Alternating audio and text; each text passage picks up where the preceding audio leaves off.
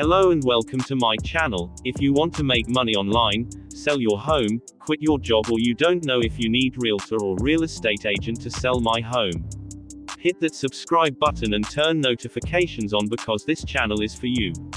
If you're wondering whether you need a realtor to buy a home, the short answer is no.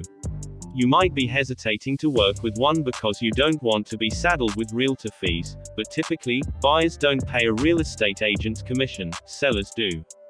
The fact is, many homebuyers use a realtor to help guide them throughout the process, so before deciding whether or not to work with one when you buy a home, consider these pros and cons.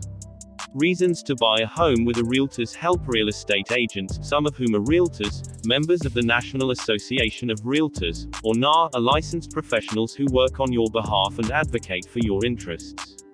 In most cases, sellers have a real estate agent working for them, a listing or seller's agent, so you'll want someone on your side, a buyer's agent, who also has your back in negotiations and can help you understand how to make an offer on a home.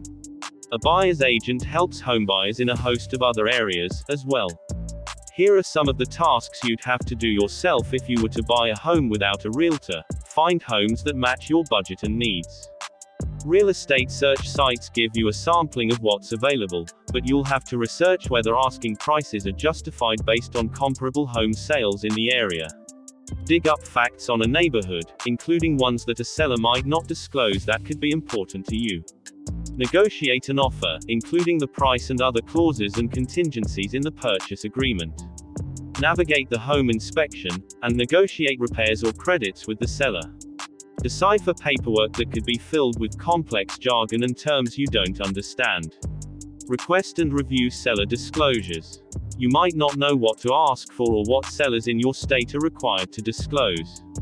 The bottom line, unless you've been through the process of buying a home before, it can be better to go with a realtor than not, explains Lori Blank, a realtor with Adina Realty in Minneapolis. There are too many legal loopholes and fancy terms that can get overwhelming and confusing for someone who's not well versed in the real estate business, Blank says. Why some buyers pass on working with a realtor. Although the majority of homebuyers work with a realtor, just 12% of homebuyers didn't in 2020, the NAR reports. Buying a home without one can be a viable option for some, especially if you're familiar with the property. In fact, not working with a buyer's agent on an intra-family transaction is fairly common, according to Pamela Linsky, attorney and founder of Linsky Law LLC, specializing in real estate, estate planning and probate in Massachusetts. Most buyers considering not working with an agent are looking to save money, a goal that can be misguided given how realtor commissions are typically structured. The commission is usually about 5% to 6% of the home's purchase price and is split between the listing agent and buyer's agent. Often, sellers build this fee into the price of their home. Generally, the only advantage to buying a home without an agent is saving the money it would cost to pay the agent, typically about 3% of the purchase price, explains William P. Waltzer, attorney at Davidoff Hutcher and Citron LLP in New York. For expensive homes, that amount isn't trivial and could come to tens of thousands of dollars.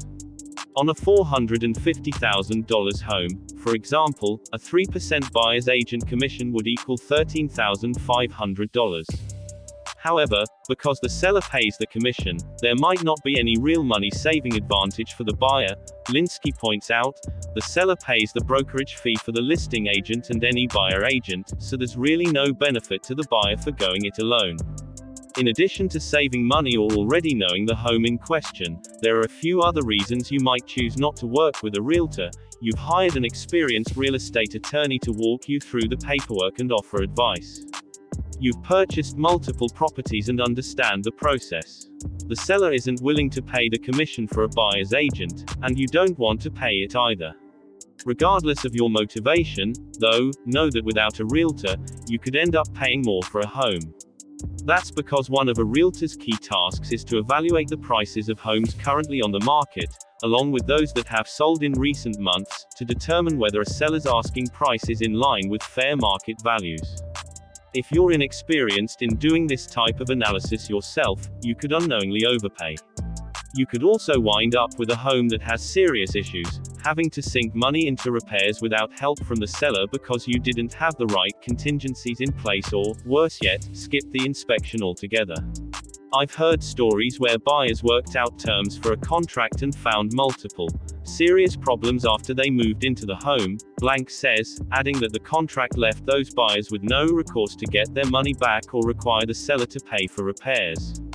Mark B. Huntley, a former real estate attorney who now runs a personal finance blog in San Diego, relays a similar story of a buyer who purchased a home without an agent.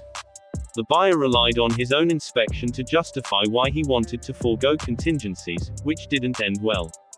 Turns out, the house was riddled with termites, and the buyer had no legal way to get out of the contract, so he lost his $5,000 deposit, Huntley says. How to buy a home without a realtor. If you've carefully considered the downsides and decide to move forward in the home buying process without a realtor, here's how to make it happen and what to expect at the closing. Before making an offer on a house, you want to be absolutely sure that it's the one. But with so many options out there, how do you find your perfect match? Finding the right home involves research, so you'll need to ask the right questions. That way you know you're making a competitive offer on a home that you can afford, and meets your long-term needs. To weed out the duds from the diamonds, here are 15 questions to ask when buying a house. What's my total budget?